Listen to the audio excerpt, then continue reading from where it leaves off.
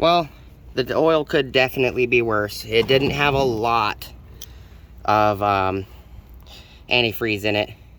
It's still pretty oily. It still has a lot of viscosity in it. It's still sticky. So it didn't have a lot of antifreeze in it, which validates what I was saying on the previous video. It only consumed, this engine only consumed, because the head is cracked, it only consumed about 2 or 3 ounces of antifreeze. So 90% of the oil is still here. It's not super bad at all. It's actually not too shabby. It could be 100 times worse, 1,000 times worse.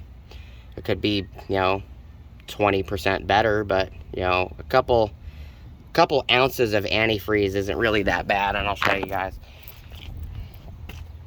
I have a full jug. I already drained the antifreeze. I got a full gallon and almost a full gallon here. I'm only missing, I don't know, 15 ounces or so, and that's because I'm still trying to get it out of the block. So I have the upper radiator hose off. I have the lower radiators hose off. I took the dog house off and the thermostat out. Thermostat's right here.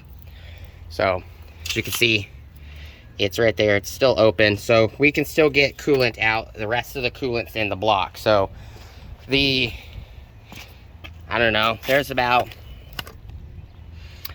maybe 1.5 quarts missing out of this bottle. I would say at least 1 quart of it is in the block, and the other 2 to 4 ounces came out of the oil. The oil is still dripping, so it's not too bad. Could be a lot worse. I still need to take the oil filter off, and it's getting freaking windy out here for whatever reason. But that's it, guys. So we're working on Beast right now. Lifted 97 limited 4runner. This is the King of Hammers rig. So we're preparing it to do another video for you guys to show you guys the transmission's bad. So I'm going to be running it with clean. I'm draining the oil and put it the filter and everything.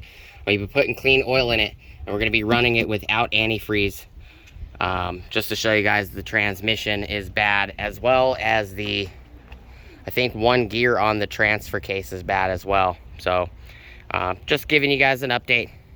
We're draining the oil right now, and all I'm doing for the radiator is just using this little flex volt compressor, and I just put the air nozzle right here, and it forces air into it to force it to come out, the liquid to come out the bottom of the block. So we're working on that right now. I'll give you guys an update when I got all that done, and I'll show you guys the filter is being changed. Let's see, where it is. It has a Toyota filter on it. Right there. It's got a Toyota oil filter already on it. 90915YZZD1. So it's got a factory Toyota filter. It's not as horrible as it could be. The transmission is bad. The transmission fluid is extremely black. It looks like tar. So that's not good. Probably gonna have to put a few quarts through this. Probably gonna have to flush it with clean fluid. Let me open the engine cap, oil cap. I can get it open. There it goes. It's pretty tight to let air in. Do that, let air in. It'll allow it to drain a little bit faster. It's got a little sludge in here. It didn't have enough radiator or antifreeze fluid in it to force that to come out first. It came out immediately with oil, so it wasn't soaked with antifreeze. So that makes me happy. This engine is really good. Just needs a head job. Needs a replacement head. Probably just the passenger bank is the only side that looks cracked, because it's the firewall. The piston closest to the firewall, which is 6, I believe, is the one that had the coolant in it. And it's not a head gasket. These engines never ever have issues. Very rarely, I shouldn't say never, but very rarely.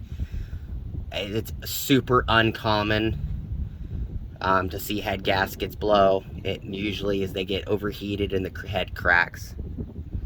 So, but that's it, guys. Just a little update for you. Working on the 97. Get you guys some more updates soon.